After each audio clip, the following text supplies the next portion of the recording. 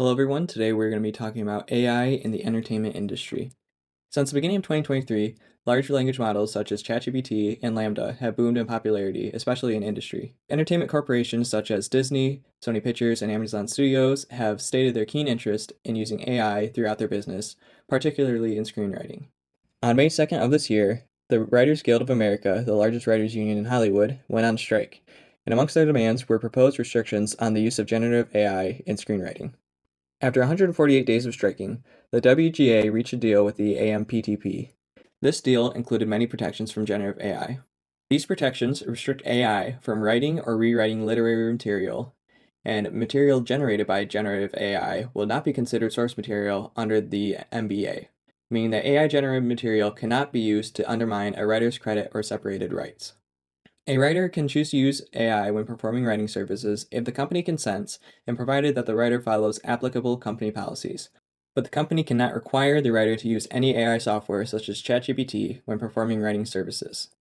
Companies must disclose to writers if any materials given to the writer has been generated by AI or incorporate AI-generated material. The WGA reserves the right to assert that exploitation of writers' material to train AI is prohibited by MBA or other law. New developments in voice cloning have impacted the voice acting industry pretty severely. Voice cloning involves the process of replicating a person's voice or creating entirely new voices using generative AI techniques. Now, this is pretty significant because it allows the generation of unique speech patterns with a level of customization to the voice that was previously very challenging to achieve. This has automated the narration process for various applications, including audiobooks, podcasts, and voiceovers for videos. A few months ago, actually, Spotify announced a pilot for a translation feature for podcasts powered by OpenAI's generative voice tech that translates podcasters' voice into other languages.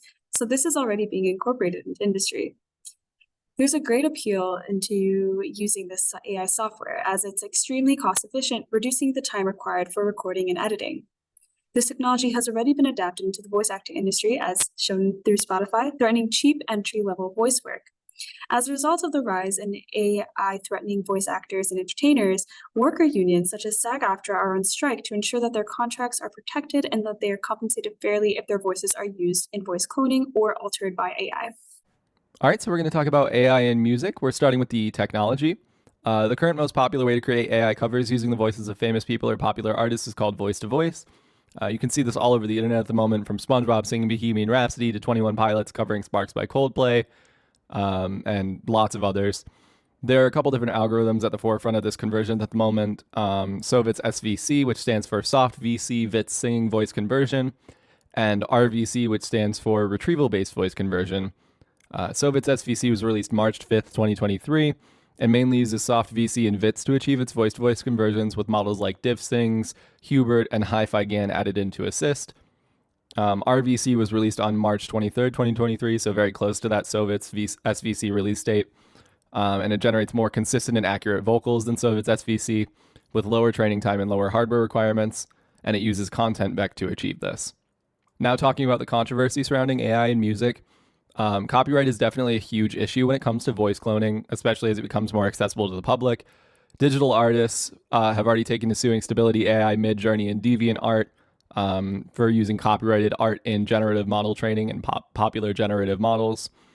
Early progress is currently being made toward protection against these unauthorized uses of people's likenesses, but things are very early on at the moment, so it's a bit of a tricky problem to solve. According to an article that I read, establishing ownership of a song that sounds like an artist's overall output but does not feature a direct copy of their work makes it rather difficult to establish legislation on this sort of thing. There are also tools for AI in the animation field. Deep Motion uses advanced neural networks. It creates realistic motion by applying physics-based simulation algorithms, closely mimicking real-world physics. Runway ML is a platform blending art and AI technology, and Houdini is known in the VFX and animation industry.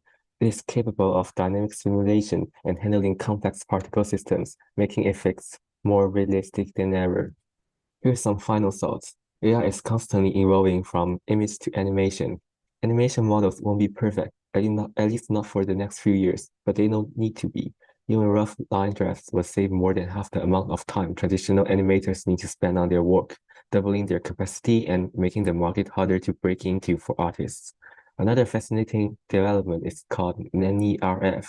It is cheaper to use and can generate frameworks without time-consuming rotoscope. Combining these advantages, we must admit that AI will be impacting our animation industry greatly, but also provide new energies to it.